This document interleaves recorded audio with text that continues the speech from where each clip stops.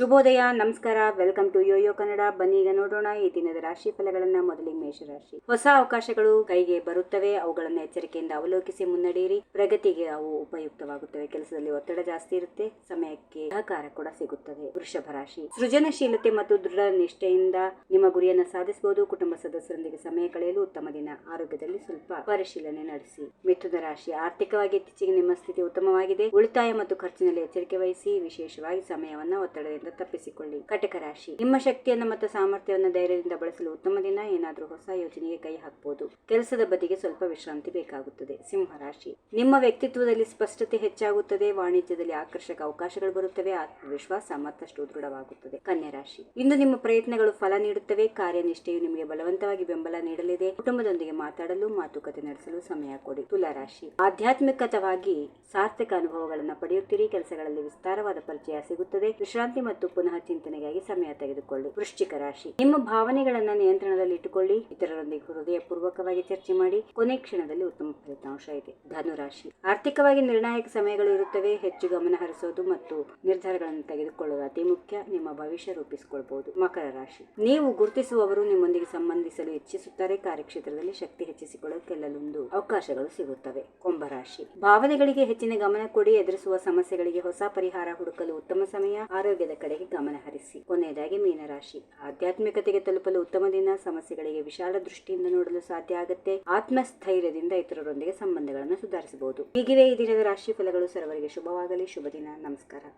ಈ ವಿಡಿಯೋ ನಿಮಗೆ ಇಷ್ಟವಾದಲ್ಲಿ ಲೈಕ್ ಮಾಡಿ, ಶೇರ್ ಮಾಡಿ, ಸಬ್ಸ್ಕ್ರೈಬ್ ಮಾಡಿ.